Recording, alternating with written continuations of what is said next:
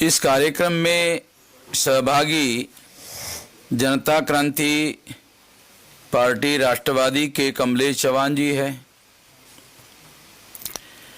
रामकरण कश्यप जी है और रामधनी बिंद जी है। उनकी भी पार्टियां है। जब हम लोगों ने 22 तारीख को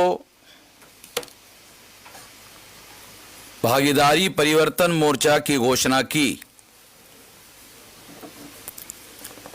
तो उत्तर प्रदेश के राजनीतिक माहौल में एक बहुत बड़े पैमाने पर सरगर्मी उत्पन्न हुई है। एक नया करंट, एक नया राजनीतिक करंट जो है राजनीति में आया है, ऐसा मैं मानता हूं। सबसे पहले तो हम लोगों ने ये भागीदारी परिवर्तन मोर्चा क्यों बनाया, इसे हम लोगों को जानना और समझना बहुत जरूरी है। 15 अगस्त 1947 के बाद और उसके आसपास देश के इतिहास में कुछ बातें ऐसी घटित हो रही थी जिसके तहत ये कहा जा सकता है कि बाबा साहब अम्बेडकर के द्वारा इस बात का आग्रह किया गया कि अंग्रेज जब भारत छोड़कर जाए तो केवल छोड़कर जाने का काम ना करे, उनके निगरानी और नियंत्रण में, मार्गदर्शन में भारतीय लोगों का चुनाव हो और चुनी हुई संविधान सभा हो और वो चुनी हुई संविधान सभा के द्वारा संविधान का निर्माण किया जाए।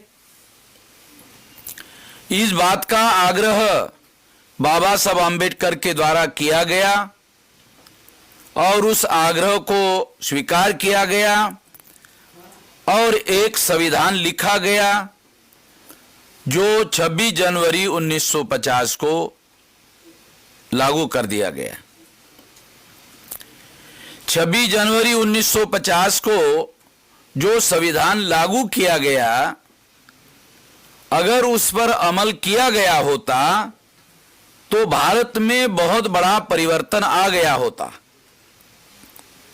अगर हम लोग भारत के संविधान की जो मौलिक विचारधारा है, उसके जो मौलिक अधिकार है, जो फंडामेंटल राइट है, और साधारण से साधारण आदमी को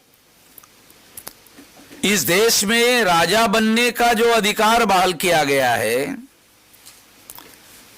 अगर लेटर एंड स्पिरिट शब्द संविधान के और उसकी भावना के अनुरूप यदि परिवर्तन लाया गया होता या अमल किया गया होता तो निश्चित रूप से आज हम लोगों को भागीदारी परिवर्तन मोर्चा बनाने की जरूरत नहीं होती। क्या हुआ? 26 जनवरी 1950 को संविधान लागू होने के बाद 1952 को पहला लोकसभा का चुनाव हुआ। इस लोकसभा के चुनाव में जो उस समय की कांग्रेस पार्टी थी, उस समय के बहुत बड़े नेता थे, जवाहरलाल जी नेता थे, वो प्रधानमंत्री भी थे, वो पार्टी के प्रेसिडेंट भी थे कांग्रेस के। उन्होंने 60% सीटें, जो भारत की समाज व्यवस्था का सबसे ऊपरी हिस्सा है, जिसे वर्ण व्यवस्था में ब्राह्मण, क्षत्रिय, वैश्य कहा जाता है, उन लोगों को 60% टिकटें बहाल की गई और 47% सीटें चुनवाकर लाई गई।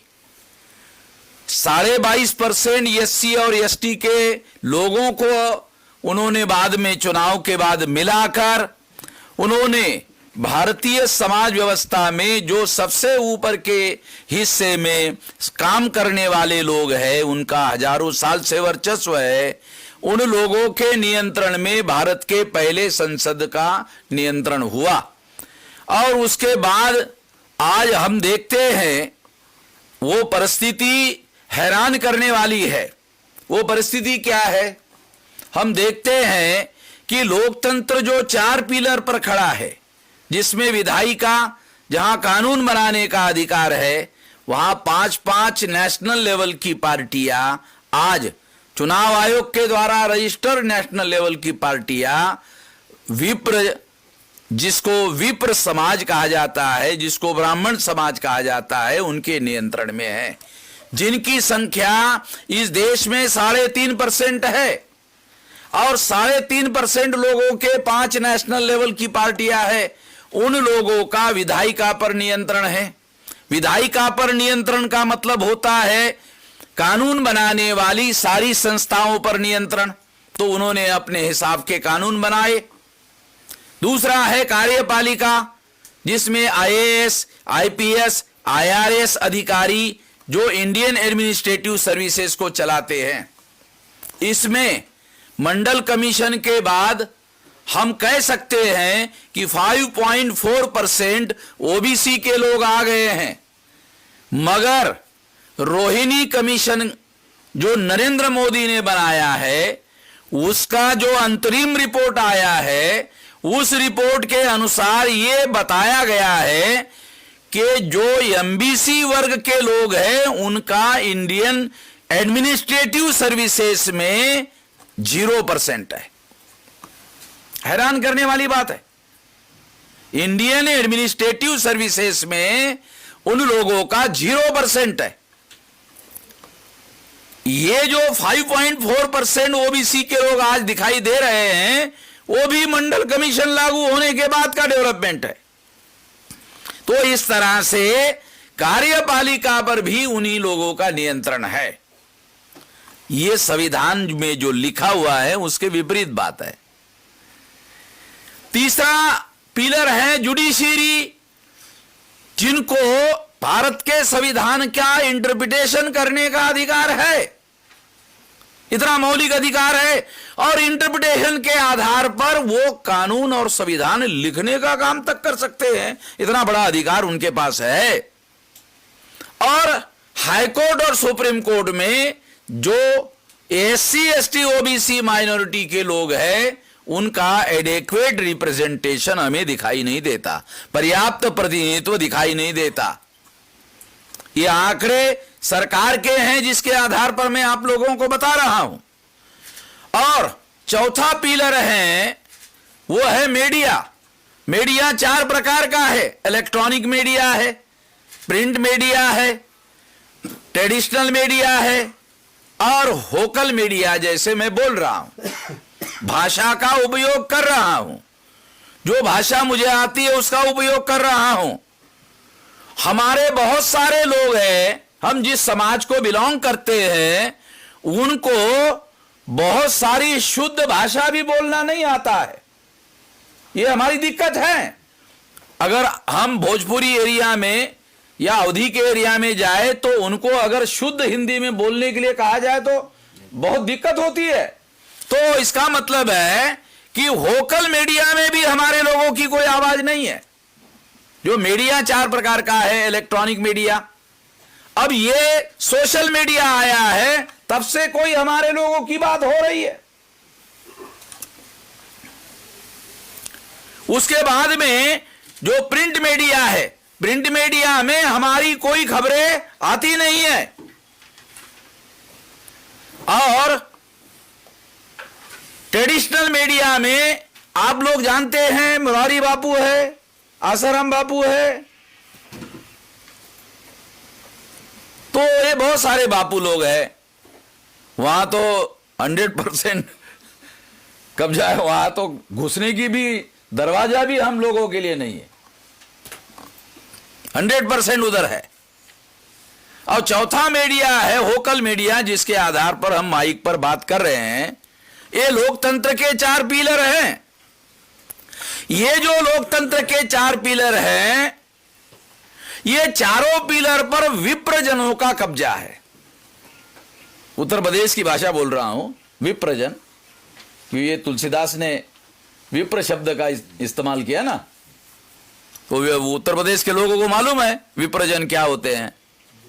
हाँ, ब्राह्मण होते हैं, मगर उन्होंने ब्राह्मण शब्द के बजाय विप्र शब्द का, पूजिए विप्र गुणहीन, ऐसा पूजिए विप्र गुण ज्ञान शील ही नान, पूजिए शूद्र गुण ज्ञान शील प्रवीण, ऐसा उन्होंने रामचरितमानस में लिखा हुआ है। ये लिखी बात है, हमारी लिखी हुई नहीं है, उनकी लिखी हुई है। तो इस तरह से मैं ये कहना चाहता हूं कि ये चौथा जो पिलर है, ये चौथे पिलर में ये चारों के चारों पिलर लोकतंत्र के उनका कब्जा है। अगर ये सोशल मीडिया नहीं आता तो फिर तो हम वामन मेश्राम नाम का कोई आदमी इस धरती पर पैदा हुआ शायद ये भी पता नहीं चलता, और ओवैसी साहब है ये भी पता नहीं चलता, या बाबू सिंह कुशवाहा जी है, इनका भी कोई पता नहीं चलता। ये तो सोशल मीडिया का चमत्कार है, जिसकी वजह से हम लोग ये कह पा रहे हैं कि बाबू सिंह जी हमारे मुख्यमंत्री पद के उम्मीदवार होंगे, ऐसा हम कह रहे हैं। और जिस दिन प्रेस कॉन्फ्रेंस हुई हमारी 22 तारीख को, तो अभी हमारा कितना 6 लाख 6.5 लाख हो गया, 6-7 6.5 लाख लोगों तक गया वो प्रेस कॉन्फ्रेंस की जो आवाज है। वही साहब हमारे केवल आपके अलग, बाबू सिंह जी के अलग, हमारे इस पर 6.5 लाख लोगों तक आवाज पहुंची। तो इसका मतलब है कि अभी हमारी आवाज जो है बिल्कुल भी लोगों तक नहीं पहुंच रही है, ऐसा नहीं है। अभी बहुत बड़े पैमाने पर, और 20,000 से ज्यादा शेयर है। अब 20,000 से शेयर का मतलब है 2 करोड़ से ज्यादा। 20,000 शेयर का मतलब है 2 करोड़ लोगों से ज्यादा लोगों तक हमारी आवाज पहुंच गई है, ऐसा उसका अर्थ होता है। मैं जो बताना चाह रहा हूं, मैं क्या बताना चाह रहा हूं, ये कब्जा आजादी का आंदोलन में जो लोग शहीद हुए, क्या इसलिए हुए कि इन्हीं लोगों का कब्जा हो जाए? इसके लिए तो नहीं हुए, मगर ऐसा हुआ, कब्जा हुआ। इस कब्जे को बदलने के लिए ही ये परिवर्तन, ये भागीदारी परिवर्तन मोर्चा हमने बनाया। ये जो नियंत्रण है, ये बदलने के लिए ही हम लोगों को ये परिवर्तन मोर्चा बनाना पड़ा। ये बताने के लिए ही मैं ये बैकग्राउंड आप लोगों को बता रहा था, अन्यथा ये बैकग्राउंड बताने की कोई जरूरत नहीं थी। ये बैकग्राउंड इसलिए बताया कि हम लोगों को ये परिवर्तन मोर्चा इसीलिए बनाना पड़ा। और केवल भागीदारी मिलने से परिवर्तन होने वाला नहीं है। भागीदारी मिलने से परिवर्तन नहीं होगा, सत्ता पर नियंत्रण करने से परिवर्तन होता है।